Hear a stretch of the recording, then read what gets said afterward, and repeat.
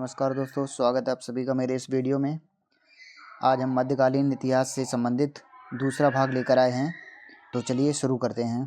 हमारा पहला प्रश्न है, निम्नलिखित में से फिरदौसी सिलसिले के सर्वप्रथम सूफी थे? तो इसका सही उत्तर है ऑप्शन सी, शरफुद्दीन अहमद इब्न मखदूम यान्या मनेरी।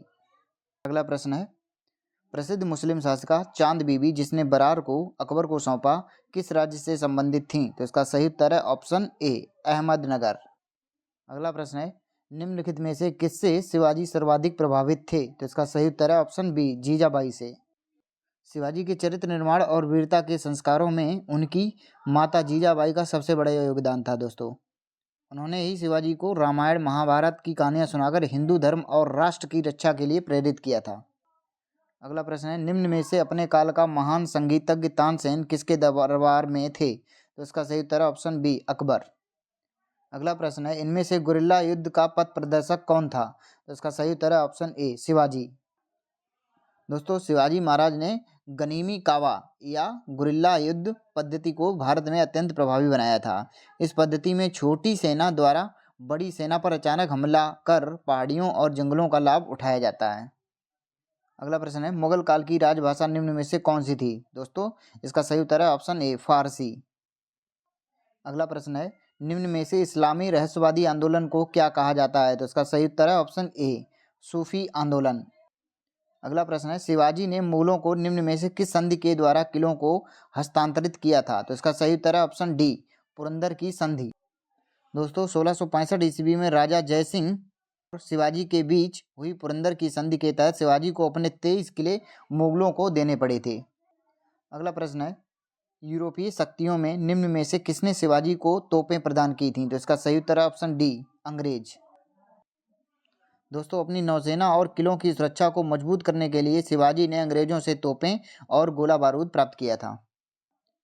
अगला प्रश्न है, बाबर ने प्रसिद्ध तुलगुमा नीति का प्रयोग सर्वप्रथम इनमें से किस युद्ध में किया था? तो इसका सही उत्तर है ऑप्शन बी, पानीपत के प्रथम युद्ध में। और दोस्तों, 1526 ईस्वी में इब्राहिम लोदी के खिलाफ पानीपत के प्रथम युद्ध में बाबर ने तुलगुमा यानी कि सेना को घेरकर हमला करने की नीति और तोपखाने का पहली बार बड़े स्तर पर प्रयोग किया था। अगला प्रश्न है, अद्वैतवाद के सिद्धांत के प्रतिपादक इनमें से कौन थे? तो इसका सही उत्तर है ऑप्शन बी, शंकराचार्य। और दोस्तों, इसका मूल मंत्र है अहम ब्रह्मास्मि, यानी कि मैं ही ब्रह्म हूँ, अर्थात जीव और ब्रह्म एक ही हैं। अगला प्रश्न है, निम्नलिखित में से भारत में ग्रैंड ट्रंक रोड यानी कि जीटी रोड किसने बनवाई थी? तो इसका सही उत्तर है ऑप्शन सी, शेरशाह सूरी ने। दोस्तों, शेरशाह सूरी ने यातायात और व्यापार को सुगम बनाने के लिए सड़के आजम का निर्माण कराया, जिसे आज ग्रैंड ट्रंक रोड यानी कि जीटी रोड कहा जाता है। अगला प्रश्न है, भक्ति आंदोलन के दौरान असम में निम्न में से किसने इस आंदोलन का प्रतिनिधित्व किया था? तो इसका सही उत्तर है ऑप्शन ए, शंकरदेव। अगला प्रश्न है, निम्नलिखित में से संत कबीर का जन्म कहाँ हुआ था? तो इसका सही उत्तर है ऑप्शन ए, मगहर, वाराणसी में। अगला प्रश्न है, पानीपत की दूसरी लड़ाई 5 नवंबर 1556 किसके बीच हुई थी? तो इसका सही उत्तर है ऑप्शन ए, अकबर और हेमू के बीच। अगला प्रश्न है, अष्टप्रधान मंत्रिपरिषद निम्न में से किस शासक के शासनकाल में थी? तो इसका सही उत्तर ऑप्शन बी, शिवाजी के शासनकाल में। अगला प्रश्न है, पानीपत की तीसरी लड़ाई 1761 ईस्वी में निम्न में से किसके बीच हुई थी? तो इसका सही उत्तर है ऑप्शन डी, पेशवा बाजीराव द्वितीय और अहमद शाह अब्दाली के बीच। अगला प्रश्न है, दासबोध के रचनाकार कौन हैं? तो इसका सही उत्तर है ऑप्शन डी, समर्थ रामदास। और ये दोस्तों शिवाजी महाराज के गुरु भी थे। अगला प्रश्न है, चैतन्य महाप्रभु निम्न में से किस संप्रदाय से थे? तो इसका सही उत्तर है ऑप्शन बी, गौड़ीय संप्रदाय। अगला प्रश्न है, मराठों में वर्गीगिरी, गुरिल्ला युद्ध प्रणाली या छापामार युद्ध प्रणाली गुड़ का सबसे पहले और सबसे अधिक उपयोग निम्न में से किसने किया था? तो इसका सही उत्तर है ऑप्शन बी, मलिक अंबर ने।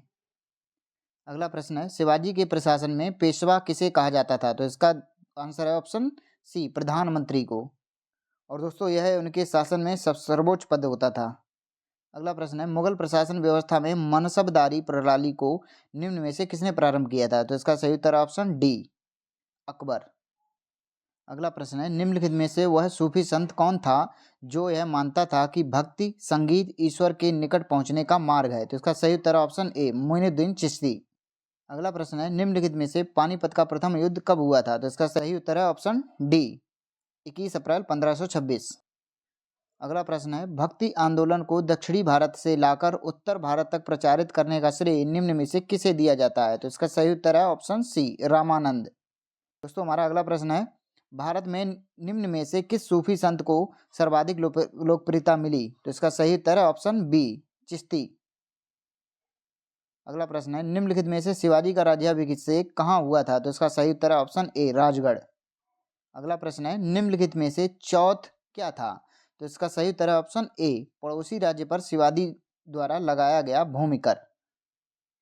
दोस्तों चौथ एक सैन्य कर था जो विजिट क्षेत्रों की आय का 1/4 यानी कि 25% होता था।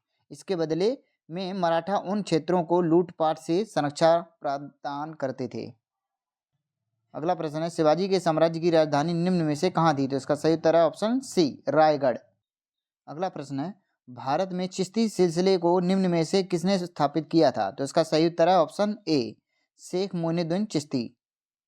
अगला प्रश्न है, शिवाजी के राजनीतिक गुरु एवं संरक्षण निम्न में से कौन थे? तो इसका सही उत्तर है ऑप्शन बी, दादाजी कोंडदेव। और दोस्तों ये समर्थ रामदास जो है वो इनके आध्यात्मिक गुरु थे। अगला प्रश्न है, दीन-ए इलाही नामक नया धर्म निम्न में से किसके द्वारा शुरू किया गया था? तो इसका सही उत्तर है ऑप्शन सी, अकबर ने किया था दोस्तों इसे। 1582 ईस्वी में अकबर ने सभी धर्मों के मूल सिद्धांतों को मिलाकर दीन-ए इलाही यानी कि तौहीद-ए इलाही की शुरुआत की, जिसका उद्देश्य धार्मिक सद्भावना को बढ़ाना था।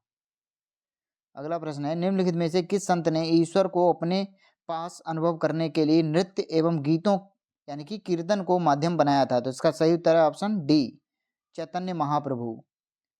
अगला प्रश्न है, निम्नलिखित में से गीत गोविंद के रचयिता कौन है? तो इसका सही उत्तर है ऑप्शन बी, जयदेव। अगला प्रश्न है, निम्नलिखित में से कौन चिश्ती सिलसिला का नहीं था? तो इसका सही उत्तर है ऑप्शन डी, शेख बहाउद्दीन जकारिया। दोस्तों शेख बहाउद्दीन जकारिया सुहरावर्दी सिलसिले से संबंधित थे, जबकि अन्य तीनों चिश्ती सिलसिले के प्रमुख संत थे। अगला प्रश्न है, मराठा राज्य का दूसरा संस्थापक निम्न में से किसे कहा जाता है? तो इसका सही उत्तर है ऑप्शन सी, बालाजी विश्वनाथ। अगला प्रश्न है, आईने अकबरी एक महान ऐतिहासिक कृति किसके द्वारा लिखी गई थी? तो इसका सही उत्तर है ऑप्शन बी, अबुल फजल। अगला प्रश्न है, निम्नलिखित में से किसे हिंदी खड़ी बोली का जनक कहा जाता है? तो इसका सही उत्तर है दोस्तों ऑप्शन सी, अमीर खुसरो। अगला प्रश्न है, गुजरात विजय की यादगार में अकबर ने निम्न में से किसका निर्माण करवाया था? तो इसका सही उत्तर है ऑप्शन ए, बुलंद दरवाजा। अगला प्रश्न है, 1526 ईस्वी में बाबर ने निम्न में से किस वंश के शासक को परास्त कर मुगल साम्राज्य की नींव डाली थी? तो इसका सही उत्तर है ऑप्शन सी, लोधी वंश। अगला प्रश्न है, दारा शिकोह निम्न में से किस सूफी सिलसिले को अपनाया था? तो इसका सही उत्तर है ऑप्शन ए, कादरी। अगला प्रश्न है, कबीर के गुरु निम्न में से कौन थे? तो इसका सही उत्तर है ऑप्शन बी, रामानंद। अगला प्रश्न है, सूफी सिलसिला संप्रदाय मुख्यतः किससे संबंधित है? तो इसका सही उत्तर है ऑप्शन डी, इस्लाम से। अगला प्रश्न है, निम्न में से किसके शासनकाल में मराठा प्रमुख संभाजी की हत्या कर दी गई थी? उसका सही उत्तर है ऑप्शन बी, औरंगजेब। अगला प्रश्न है, महाराष्ट्र में भक्ति संप्रदाय की किसकी शिक्षाओं द्वारा फैला था? तो इसका सही उत्तर है ऑप्शन ए, संत ज्ञानेश्वर। अगला प्रश्न है, निम्नलिखित में से सूफी सिलसिले संप्रदायों में कौन संगीत के विरुद्ध था? इसका सही उत्तर है ऑप्शन ए, नक्शबंदी। नक्शबंदी सिलसिला सूफीवाद का सबसे कट्टरपंथी सिलसिला था जो संगीत यानी कि शमा के सख्त खिलाफ था। अगला प्रश्न है, इनमें से किस सुल्तान से निजामुद्दीन औलिया ने भेंट कर इनसे इनकार कर दिया था? तो इसका सही उत्तर है ऑप्शन बी, गयासुद्दीन तुगलक। अगला प्रश्न है, पुष्टि मार्ग के दर्शन की स्थापना निम्न में से किसने की थी? तो इसका सही उत्तर है ऑप्शन ए, वल्लभाचार्य ने। अगला प्रश्न है, मराठों ने सर्वप्रथम निम्न में से किसके अधीन कार्य पर प्रशासनिक अनुभव प्राप्त किया था? तो इसका सही उत्तर है ऑप्शन बी, देवनागरी के यादवों के अधीन। अगला प्रश्न है, चिश्ती सिलसिले के निम्न में से किस सूफी को चिरागे देहलवी यानी कि दिल्ली का दीपक कहा जाता है? तो इसका सही उत्तर है ऑप्शन ए, शेख नसीरुद्दीन। और दोस्तों ये निजामुद्दीन औलिया के शिष्य थे। उनकी आध्यात्मिक आभा और दिल्ली में योगदान के कारण उन्हें चिरागे दहलवी की उपाधि दी गई थी। तो दोस्तों हमारा सेशन यहीं पर आज समाप्त होता है। आशा करते हैं आपको ये पसंद आया होगा, और यदि आपको मेरा प्रयास अच्छा लगा हो तो वीडियो को लाइक, चैनल को सब्सक्राइब करके वीडियो को शेयर अवश्य करें। धन्यवाद।